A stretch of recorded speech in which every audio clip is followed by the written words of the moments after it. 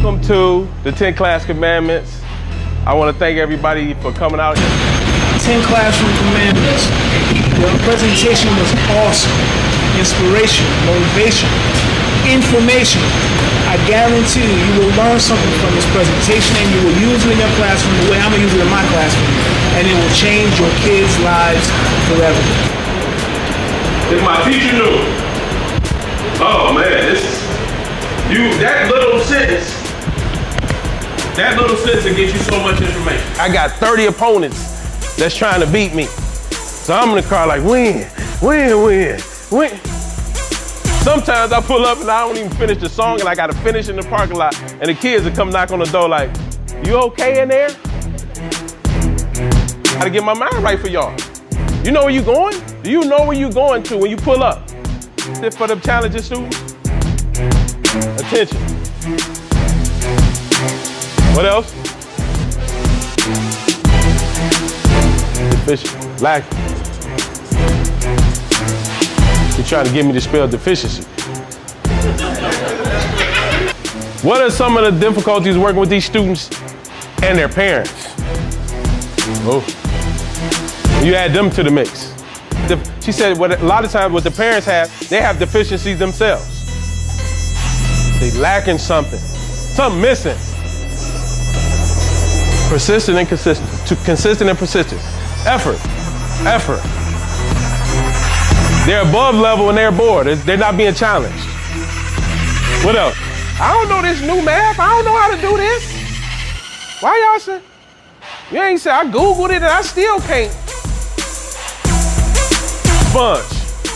Sponge. And it's crazy because we think they sponge to just negativity. If we give them the power, they'll sponge that too.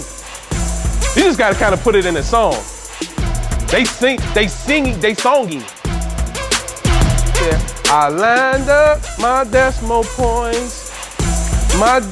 Baby, I lined up my decimal point. They start laughing at me just like that.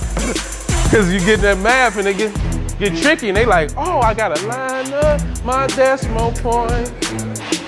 They sing it. Subtraction is the difference. They're not gonna ask you to subtract. They're gonna say, what is the difference in difference? Yeah, the difference. You gotta be able to relate to them. Number 6, security. I'm not talking about guys up front though, when I talk about security. Make your room the safest place that they can be. What do I mean by that is, they're free to make mistakes. The best students make the most mistakes. I learn the most from my mistakes. I hear people say, failure is not an option. It is for me, because I learn from failure. I learn the most when I fail. When I get away with stuff, I really know when I'm doing it right, I really don't. It's not that I don't learn, but I learn more from when I messed up. When they raise their hand, they don't have to worry about being, why would you ask that? No such thing as a dumb question. Only dumb question is not answering the question. Make them feel secure. Raise your hand, ask the questions. Even a genius asks questions. Reading, make them feel safe. A lot of us don't like to read and talk and all that type of stuff in front of people. Read and I struggle and I mess up a little bit and I hear a little snicker. Nip it in the bud. Hey, Johnny, we're not laughing at nobody. We don't laugh at people in here. That empowers children. Like, 'cause now I want to read, because I'm safe. Ain't nobody gonna laugh at me. And I can make mistakes. And he gonna help me. Nobody should be able to tell you more about your 30 or 40, depending on what kind of class you got, than you. You should know everything about those kids. That's why it's important to do that if my teacher knew. Nothing like being in that classroom and you can make all the mistakes and don't have to be punished for them. Because when I'm like that, I'm the most creative that I can be. I'm as creative as I can be when I don't have to worry about it.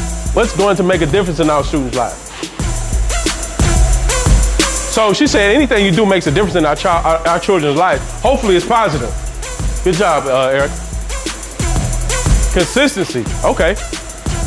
Anybody else?